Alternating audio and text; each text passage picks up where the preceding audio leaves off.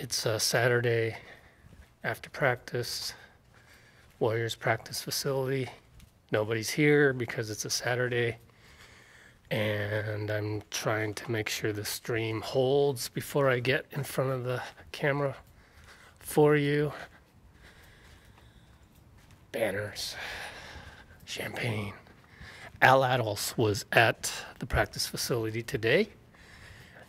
His health isn't the greatest right now, but he's making progress according to a Warriors spokesman.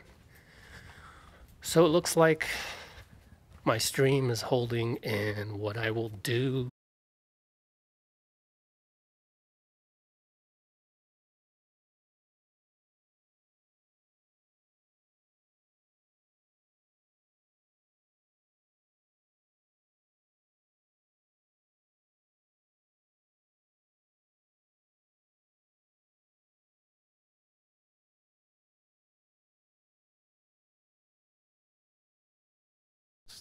this stream is gonna hold maybe. I just spoke for like 2 minutes and it went away, and it makes these Twitch broadcasts so frustrating because I don't even know like what got through, and then I gotta think over what I said before.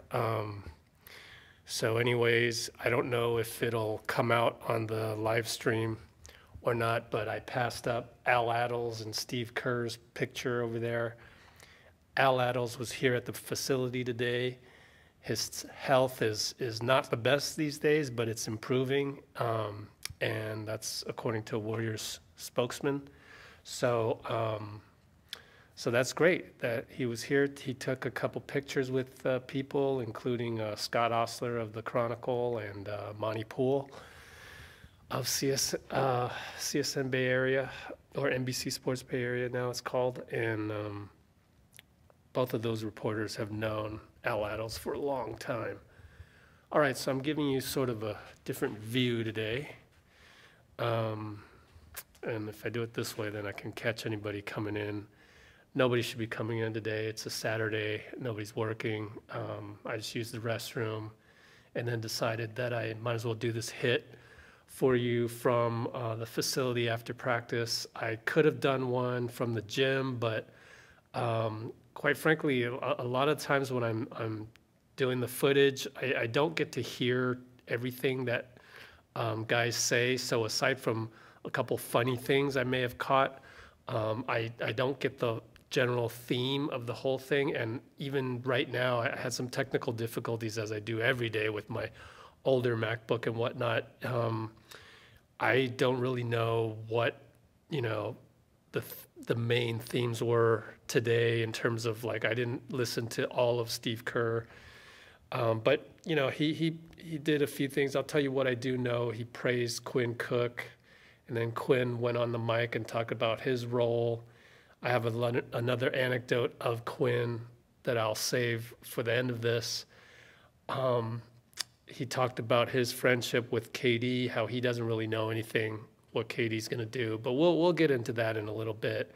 I've wanted to do sort of a discussion with somebody live, not just me talking, but I might give you my solo diatribe version, monologue on KD in a bit. I did that in Houston, but I guess we're still talking about that. So I'll get back to that. So we had Kerr, Quinn Cook. Before that, we had Looney and Bogut. Bogut was great. Did a little side joke on the old Clippers of the past, talked about how Clay was a great defender. It all started with him guarding Chris Paul when the Clippers were, quote, and I quote, a half-decent team. So he's not dissing the Clippers now. He's just looking back fondly at those memories against the Clippers and remembering how much he hated those teams, the ones with Chris Paul and Blake Griffin and DeAndre Jordan. Boy, what a cast of characters that was. I mean, talk about a personality of a team back then. And Chris Paul is a central figure on that. So he's kind of taken that over to Houston, and And we could discuss that as well. How there seems to be a rift between him and Harden, but that's in the news, and we cover the Warriors here. So back to today. We also had Looney and Iguodala. Looney was great again. I mean, what a guy.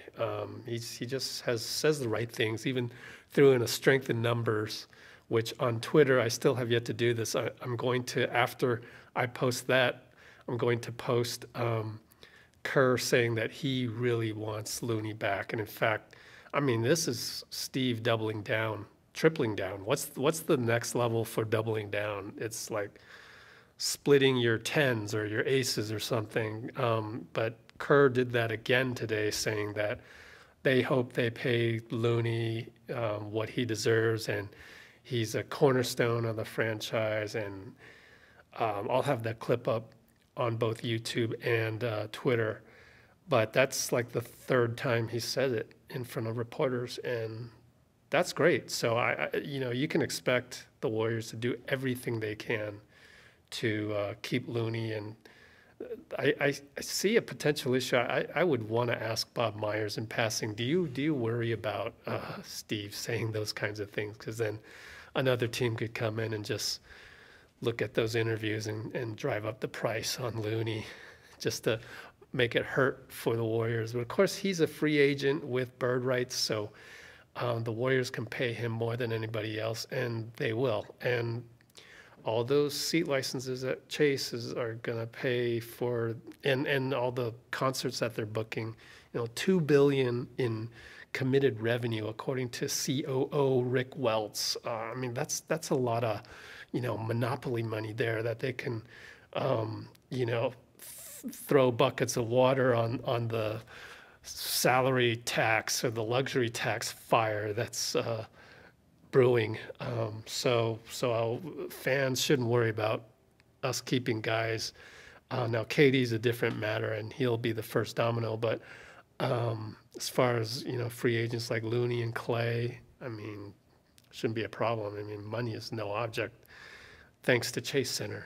And thanks to Chase Center, it'll be another interesting season next season. So looks like I'll keep hopefully increasing the viewership here as we roll into Chase, looking way, way ahead. By the way, I was looking at my summer schedule. So right after this, we've got the Sacramento Summer League right after finals. Actually, we have the draft, Sacramento Summer League, Vegas Summer League. Then we have Team USA training. Then we have the World Cup. We have exhibitions in Australia, and then the World Cup in China. I looked at that schedule. If I was just going all out, I could stay abroad for a month, literally a month. I'm not going to do that, and I think I've decided that because I've been in China like 2 times in the past 5 years, or 3 times in the past 6 years, I think I will skip the first round of China for Team USA. And you figure Clay will play, probably Steph, them being in China, these guys want to do as much marketing as they can. And Clay is no stranger to that. He knows the importance of his presence in China, not to mention he just loves playing basketball. So I think the regular guys are going to try and make it to this one because of the Chinese market. But we'll just have to see. I didn't get a chance to ask Bogut about the world champs, but I'm going to try and do that during the finals, because I noticed Australia, for you guys, you followers out there down under, man, you guys got a crazy group. You got Senegal's the easiest team you're going to face, and they're ranked number 37 in the world. Then they've got Lithuania, who's always good. I mean, that's a basketball country. And you got Canada along with Australia. So that's a tough, tough group that they got to get through.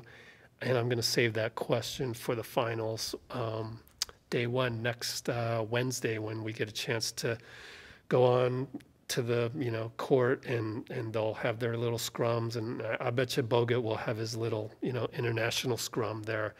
And then also, again, I digress, but I hope to get Sean Livingston in front of the camera, hopefully live. just, intimately like that because the finals will allow us to do that. All right, so back to today. I mentioned Kerr, I mentioned Quinn Cook, Looney. There was also Bogut that I mentioned, and then there was Iguodala. And when I got there, he happened to answer funnily a question that was, "Hey, when did you notice that Draymond was, special?" Basically, that wasn't the exact word, but it was, "When did you notice that Draymond was different and could rise above?" And Iguodala laughed. I mean, Iguodala joked immediately. Actually, he didn't laugh at all. He, just deadpanned uh, when he got his money. So um, I think Iguodala was kind of, he likes to joke with the media a lot. So he's kind of getting a little antsy, ready to get done with that interview because it was happening during the same time as Quinn Cook, and they've been doing that lately, which is why I don't have a whole lot of footage, which is why I didn't even know Al Attles was in the room at the time. But I will try to post some of those clips on our YouTube in the next 24 hours.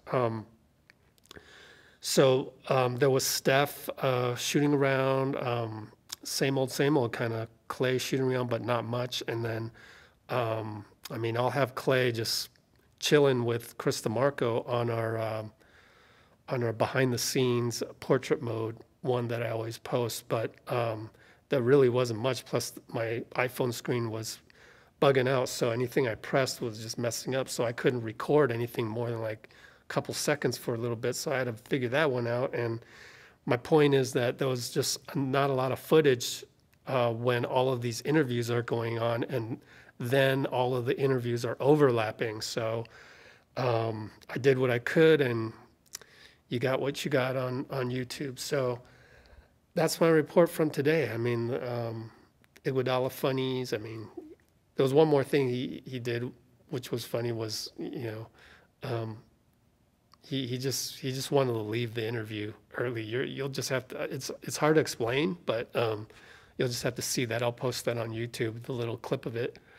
And I feel like Clay, he sort of verbalized what Clay is always thinking in front of the cameras, which is, "I want to go." He literally said that, "I want to go."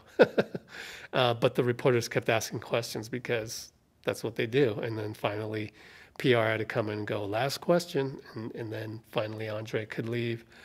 But that's just kind of how it goes with the media zoo out here. And so now, there's always sort of like just some chatter, locker room type talk, what do you call it? Water cooler talk. And obviously the latest has been with Katie. And yesterday, I didn't get to report it all that much, but Steph used the words, we're one, we're a team, we have chemistry until we're not. And so some reporters, thought that was a big deal. Steph will probably tell you it wasn't a big deal. And yeah, it's matter-of-factly saying that KD isn't committed yet to the Warriors.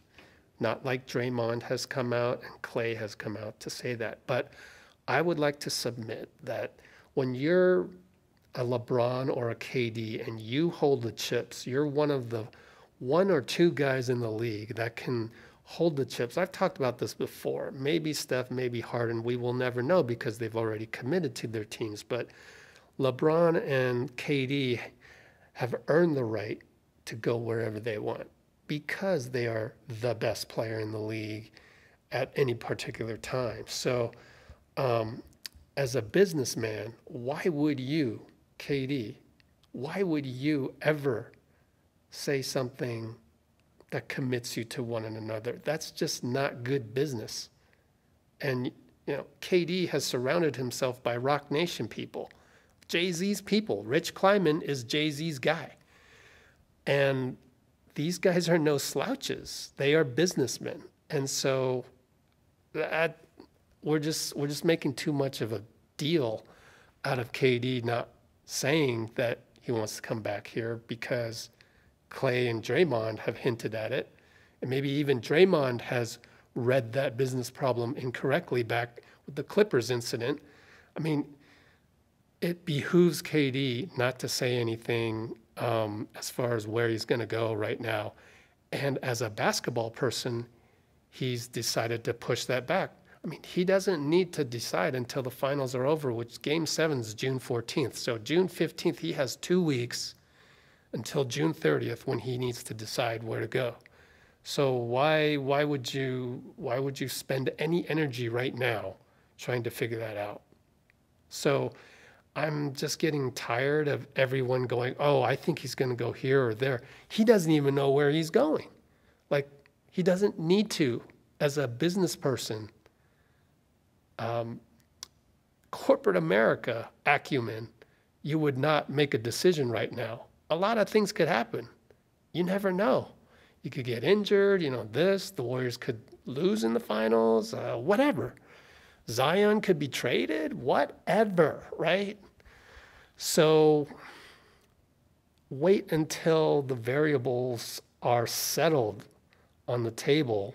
And even by June 15th, he still wouldn't know that. Maybe wait until, of course you're going to do your homework starting June 15th, and maybe he has already done a little bit of homework, or maybe his close associates have, and maybe that's what reporters have been reporting on lately. But as far as making a final decision, no freaking way. No way. So why would anybody else want to speculate on that just yet? Pause. I'll wait. It's because they want clicks. Right now, they want clicks. Or right now, they want to put their horse in the race. Oh, I think he's leaving. Then tons of shit happens. He leaves. Oh, yeah, I called it. To me, that's bullshit. To me, that's who cares? That's why I don't do predictions. You're going to ask me who wins the finals? You're going to ask me who wins tonight? I don't know, because I've seen funnier things happen. I would love for the Bucks to win tonight just because I made plans for Milwaukee already. That's my, so I'm not going to, and then go watch me predict the Bucks are going to win. No, I mean, that would be because I want them to win tonight because I already made plans for Milwaukee because the airfare was cheaper.